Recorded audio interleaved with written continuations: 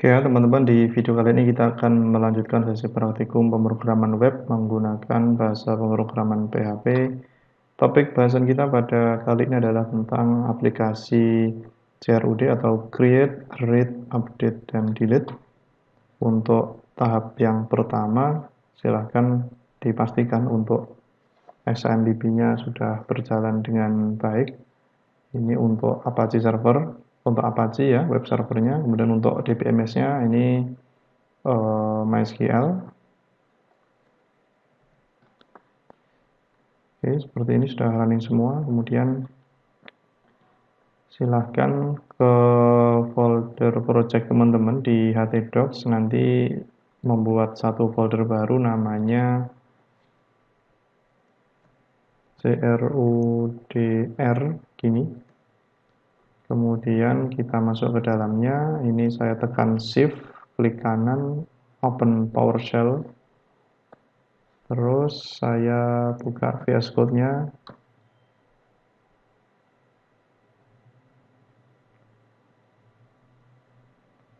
Oke, sudah terbuka.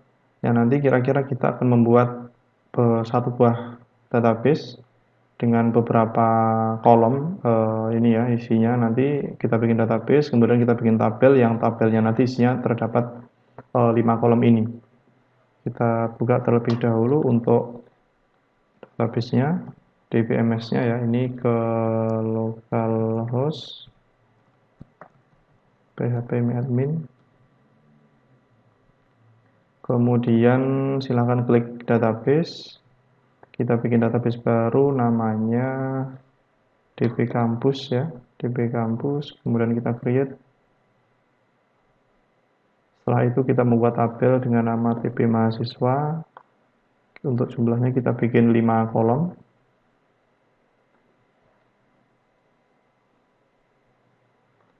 Untuk kolom yang pertama kita membuat kolom ID, tipenya integer, kemudian kita geser dulu ke kanan.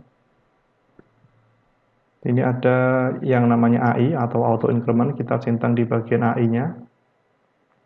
Fungsi dari auto increment ini nanti apabila setiap data yang masuk ke dalam tabel ini, si ID nanti akan nomornya akan bertambah dengan otomatis.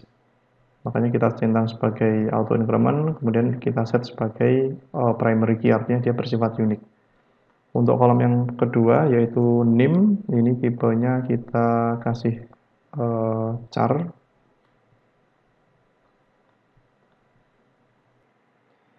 Ya oke, kira-kira tabelnya nanti bentuknya seperti ini, ada kolom ID, NIM, nama, email, jurusan. Tipe datanya untuk ID integer, NIM ini karakter, nama, email, jurusan itu varchar. Kemudian untuk yang dicentang di bagian AI ini hanya pada bagian ID saja. Kemudian kita klik, kita pilih go ya, mana nih go-nya. Kayak ini ya, kita pilih simpan.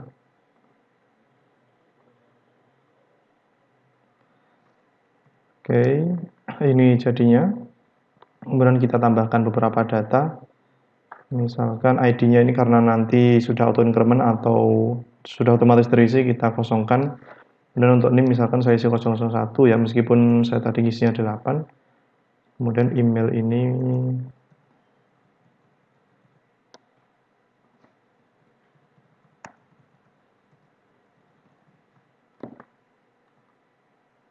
oke, data yang kedua, kemudian saya isi lagi.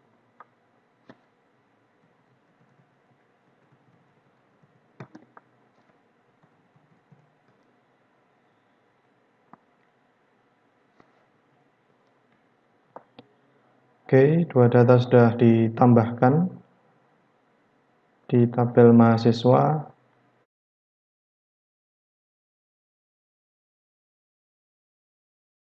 Tampilan seperti ini, dua data sudah berhasil ditambahkan. Kemudian kita kembali ke sisi ini ya. Di sini ini sudah selesai, kita bisa close. Kemudian kita bisa bikin lagi untuk index.php. Kemudian Di dalamnya ini kita nanti pengen tambahkan script dasar HTML dulu, kemudian disimpan. Di sini saya pengen membuat sebuah tabel, kira-kira nanti seperti ini untuk strukturnya.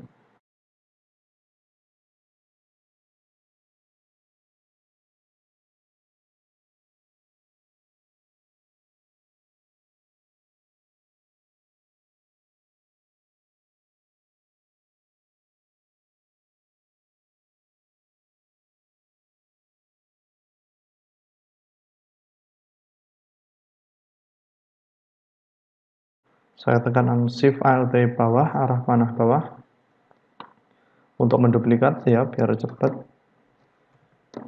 Kemudian ini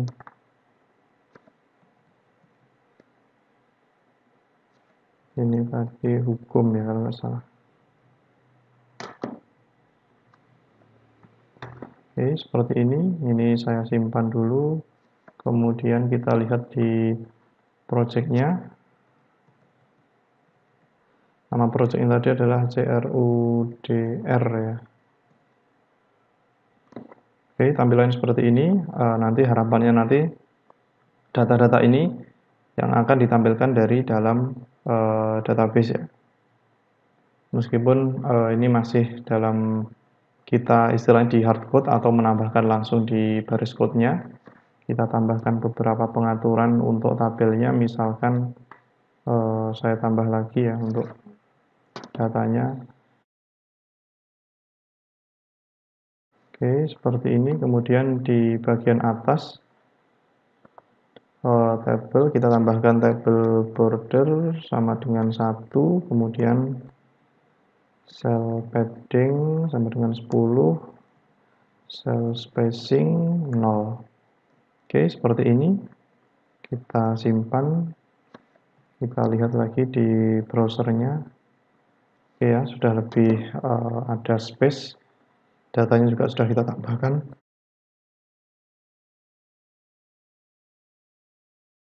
Kemudian kita tambahkan satu kolom baru, namanya kolom action atau aksi. Kemudian di bawahnya sini ya oke ya, biar gitu aja nggak apa-apa. Tapi nanti masih belum ada isinya. Kemudian di sini kita bisa menambahkan H1 untuk judul artikelnya, misalkan data mahasiswa. Ini saya simpan, saya refresh kembali di sini. Oke, tampilannya nanti kira-kira seperti ini. Nah, sekarang kita coba untuk menghubungkan database-nya. Ini yang bawah kita bisa melakukan komentar terlebih dahulu ya untuk di dalam body-nya ini, jadi nanti nggak terlalu tampilan nggak terlalu banyak. Kita simpan, kemudian saya refresh kembali. Di sini halaman kosong. Oke, sekarang tahap yang pertama kita akan menghubungkan dengan database kita. Kita awali dengan tag PHP pembuka, tag PHP penutup. Kemudian untuk menghubungkan ke database kita menggunakan fungsi yang namanya MySQLi Connect ya. MySQLi Connect ini adalah sebuah fungsi yang untuk menghubungkan ya antara MySQL server dengan PHP kita. Ini parameter masukannya nanti apa saja, misalkan kita lihat lagi ini ya. Di sini ada host ya. Hostnya itu kita nanti host kita isi dengan localhost. Kemudian untuk isian parameter yang kedua ya ini username-nya ini kalau secara default ini root. Kemudian untuk passwordnya ya ini password ini null, artinya nggak ada. Ini kalau secara default. Kemudian yang keempat, database-nya apa? Database-nya tadi kita kasih nama DB Campus. Sorry, ini dalam string ya, tanda petik nanti.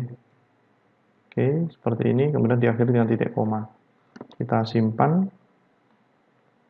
Setelah itu, kita coba dulu. Apakah ada yang error? Ya, sejauh ini masih aman. Setelah itu, kita akan memasukkan query.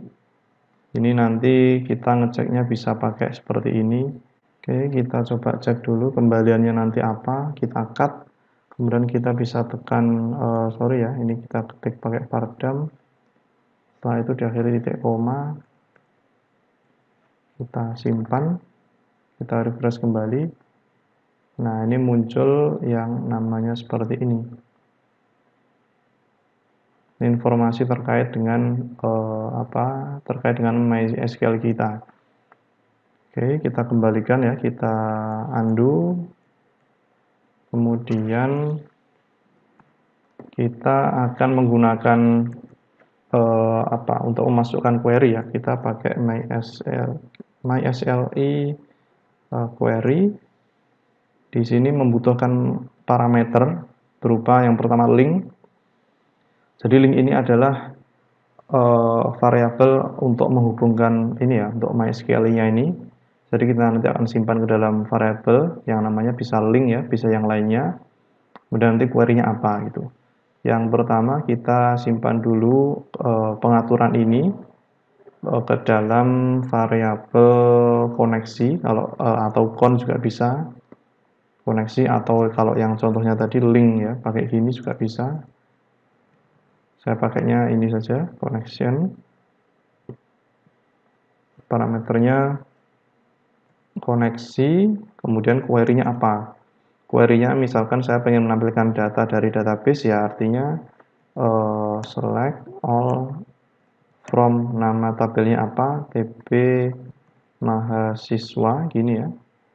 Kemudian diakhiri dengan titik koma. Oke, sudah.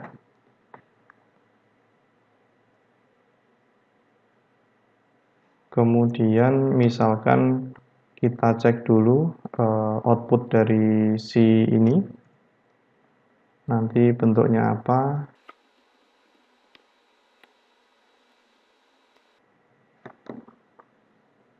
Saya refresh kembali. Oke ya, muncul yang seperti ini. Objek MySQL current field, ini ada jumlah fieldnya nanti berapa.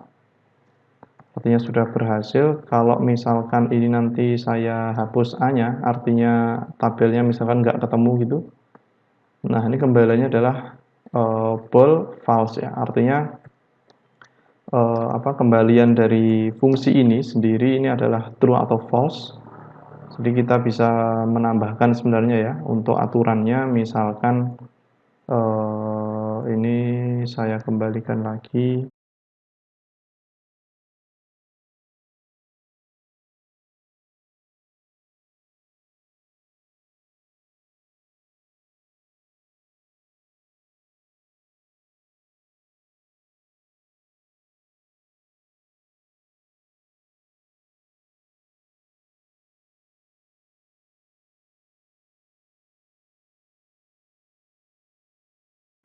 Kita tambahkan echo MySQL error, MySQL error link ya, ini link itu artinya kita pakai connection terus titik koma. Oke, kita coba. Oke, ini kalau sesuai dengan rencana artinya sudah benar. Kalau misalkan tabelnya tidak ketemu, saya hapus, saya refresh kembali. Oke, ini berarti gini ya. Oke, muncul peringatan bahwa tabel DB kampus TBM mahasiswa ini doesn't exist, artinya errornya nanti akan dimunculkan di layar ini. Kemudian saya kembalikan lagi ya, ini kalau kita mau ngecek apakah koneksinya sudah berjalan lancar atau belum. Ini karena kita sudah bisa ya, ini bisa saya tambahkan komentar atau dibiarkan saja juga nggak apa-apa. Setelah itu, karena kita tadi sudah dapat resultnya, kita bisa simpan data-data tadi misalkan ke dalam mahasiswa, kita keluarkan datanya pakai MySQL fetch asosiatif. Kita ambil result ya, result itu yang dari sini kita ambil isinya. Kalau tadi baru di permukaan saja, setelah itu kita simpan, kita coba echo atau vardam dolar mahasiswa. Kita simpan lagi, kita tampilkan di sini. Oke, sekarang sudah muncul data-datanya. Ini ada ID string 1 ya, NIM 1, ID-nya 1, NIM-nya 001, namanya Fidin, kemudian emailnya ini, jurusannya Teknik Informatika. Nah, kemudian padahal kita tadi di database-nya itu kita mempunyai 2 nilai, tapi yang muncul itu baru 1 saja. Tapi yang muncul baru 1. Ini kita bisa melakukan pemanggilan ya istilahnya, kita bongkar datanya.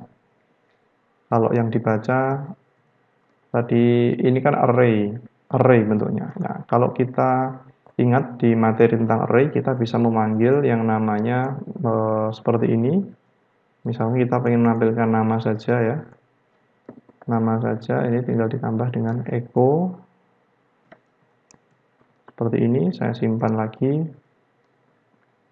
Saya tampilkan di sini. Oke, ini muncul ya, hanya nama saja. Kenapa kok muncul nama saja ya? Karena kita tadi memanggilnya ini hanya indeks untuk nama saja. Kalau kita tambahkan lagi, misalkan yang atas kita ganti menjadi NIM, kita simpan. Ya, ini nanti akan seperti ini.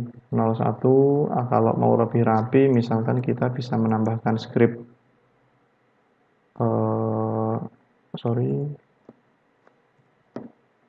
echo br ya, ini untuk break line titik koma. Nah, ini menjadi lebih rapi. Nah, nanti simulasinya seperti itu ya untuk menampilkan data. Tapi kita tidak menggunakan yang ini, ya kira-kira nanti seperti itu. Kita pakainya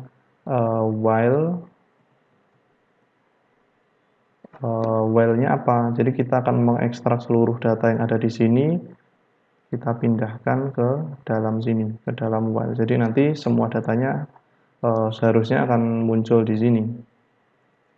Ini kira-kira seperti ini. While mahasiswa, misalkan kolomnya ada kolom NIM, kemudian ada nama. Ini kita cek dulu apakah bisa. Oke ya, belum ada karena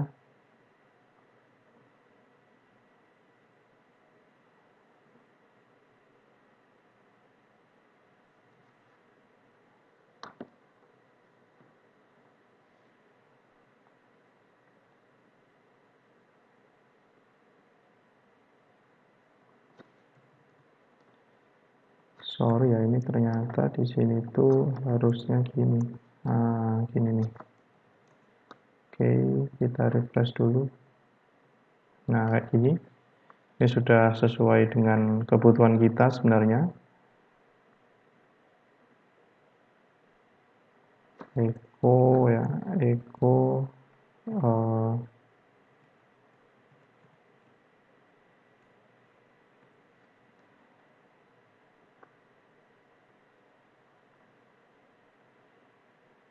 ya kurang tanda siku penutup, lebih dari. Kita refresh, ya munculnya ini sudah dua data sudah berhasil dimunculkan ke layar. Artinya apa? Ini sudah berhasil kita tampilkan dari database-nya. Sekarang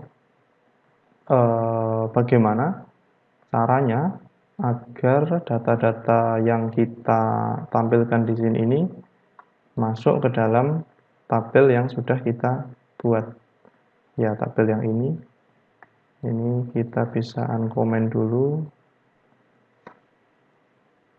Kita bisa uncomment, kemudian saya refresh. Nah, nanti agar data-data yang ini nanti muncul ke kolom-kolom yang ini tuh bagaimana gitu. Kita ubah ya satu persatu.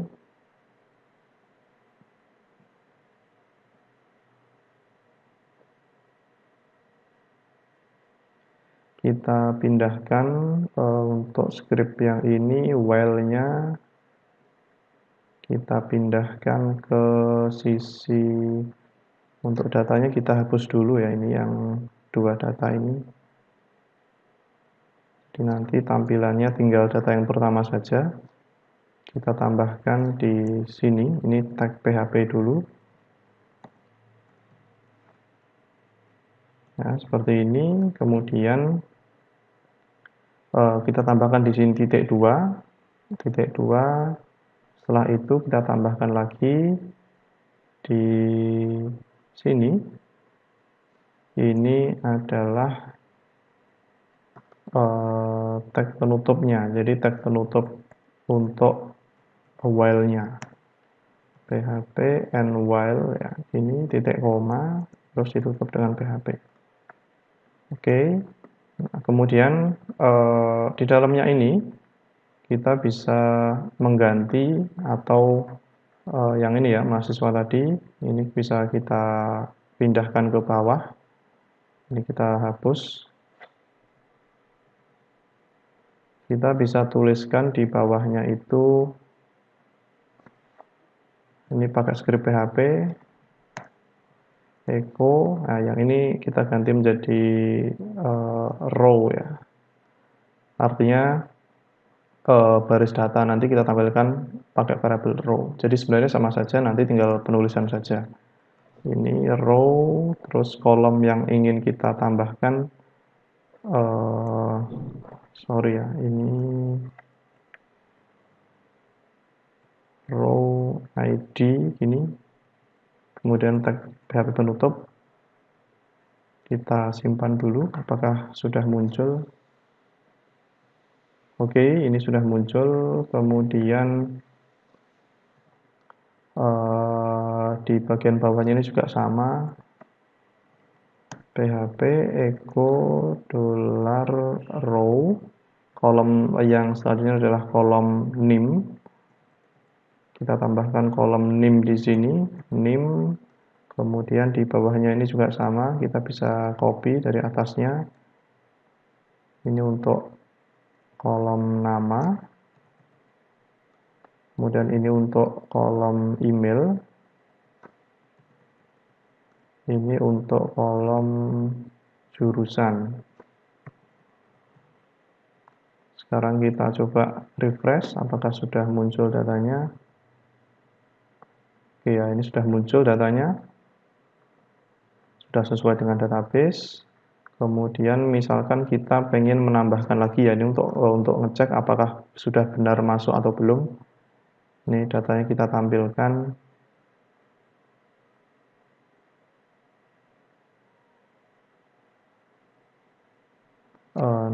003, misalkan ini emailnya @mail.com, jurusannya misalkan ekonomi lah ya, ekonomi. Terus kita tambahkan, oke. Jadi di database kita, di tabel kita, ini kita mempunyai 3 data.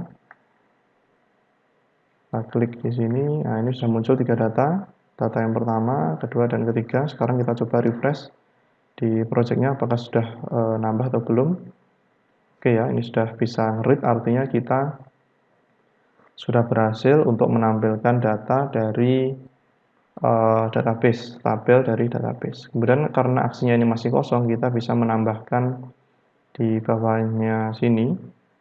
Di bawahnya ini kita tambahkan TD baru, kemudian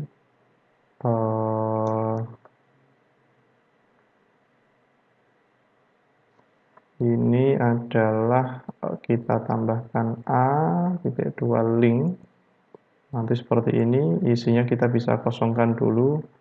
Untuk tombol, misalkan tombol ubah ya, ubah. Kemudian saya tambahkan satu lagi untuk tombol hapus.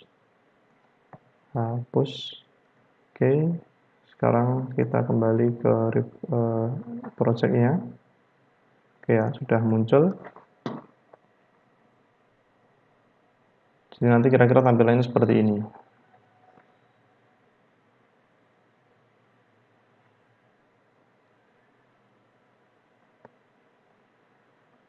Ya, eh, kemudian bagaimana? Apakah kalau coba bayangkan ketika kita ingin menampilkan banyak data dari beberapa halaman ya, menampilkan beberapa data dari beberapa halaman, apakah kita harus menuliskan koneksi yang seperti ini berkali-kali?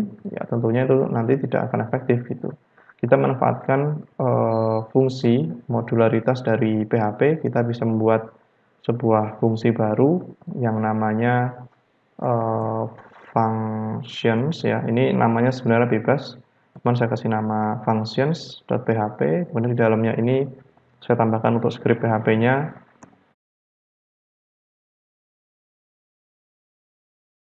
Kemudian di dalamnya ini baru nanti kita pindahkan script yang ada di sini ini. Script untuk koneksinya kita cut ya, kita pindahkan ke bagian function sini, kita simpan, dan kalau ini kita simpan saja, terus kita refresh projectnya, ya ini otomatis akan error ya.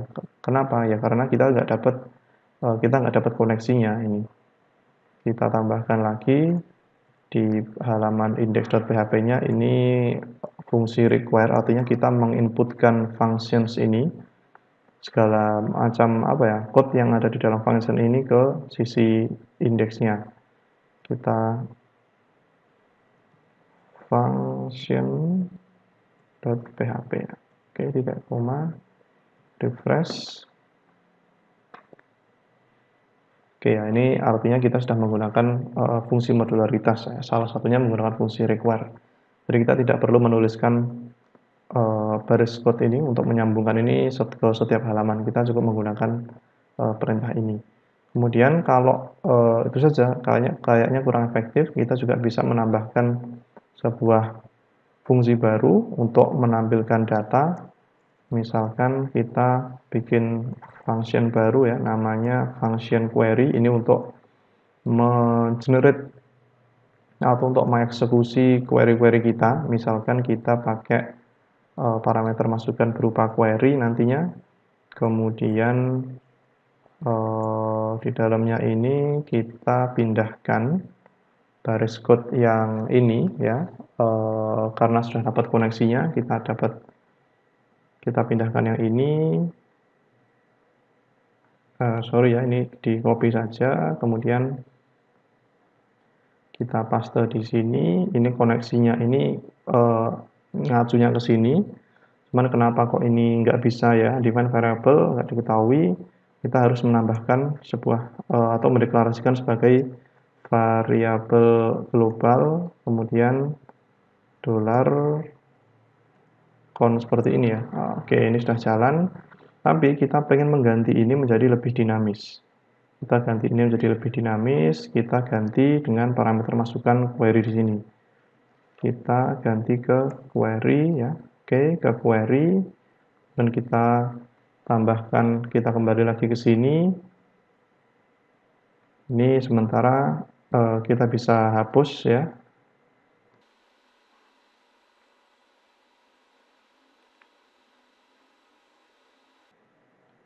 Setelah itu kita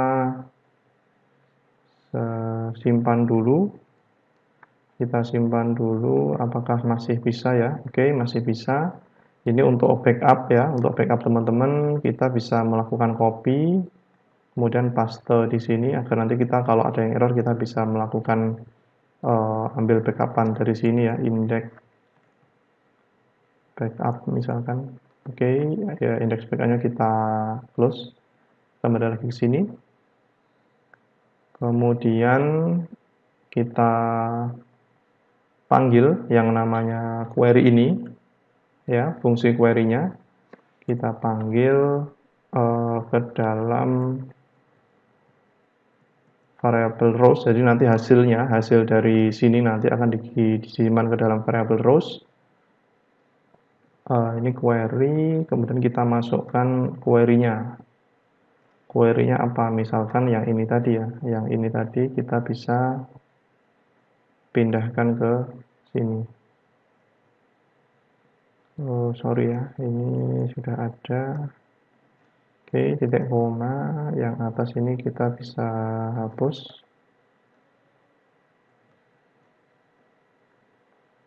Sekarang kita setelah ini kita masukkan datanya.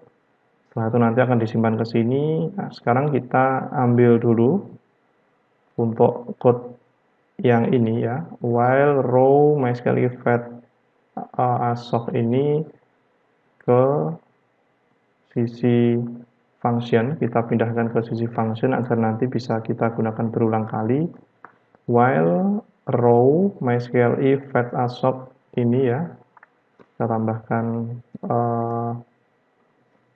sebuah array baru namanya rows. Ini nanti yang digunakan untuk menampung data-data dari sini. Kita simpan while ya rows ini sama dengan row. Jadi setiap data yang ditemukan setelah pembacaan ini nanti akan disimpan ke dalam array rows ya.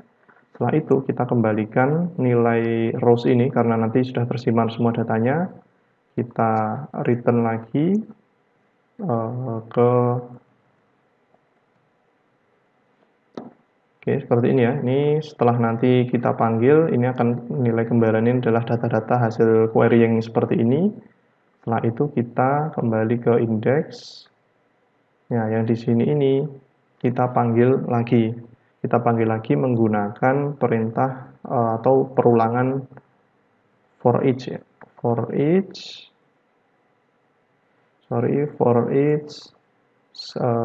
apa tadi, $rows ya, $rows. Nanti ini dapatnya rows ini dari mana, kita kembali ke atas ya, dari sini rows, hasil dari query yang ini, kemudian kita turun lagi ya, rows s ya, kita simpan sebagai apa kalau yang ini nanti masih banyak nilai di sini ya, kita harus menampilkan data by data ya, row ya, s row, nanti akan ditampilkan seperti ini. Kemudian ya, jangan lupa yang bawah ini juga diganti n for each ya, n for each. Oke, setelah itu kita simpan. Saya refresh lagi apakah ada error. Oke ya, ini nggak ada ya, ini sudah bisa berhasil ditampilkan beberapa data dari database menggunakan koneksi database yang kita buat menggunakan functions ya. Ini pakai functions.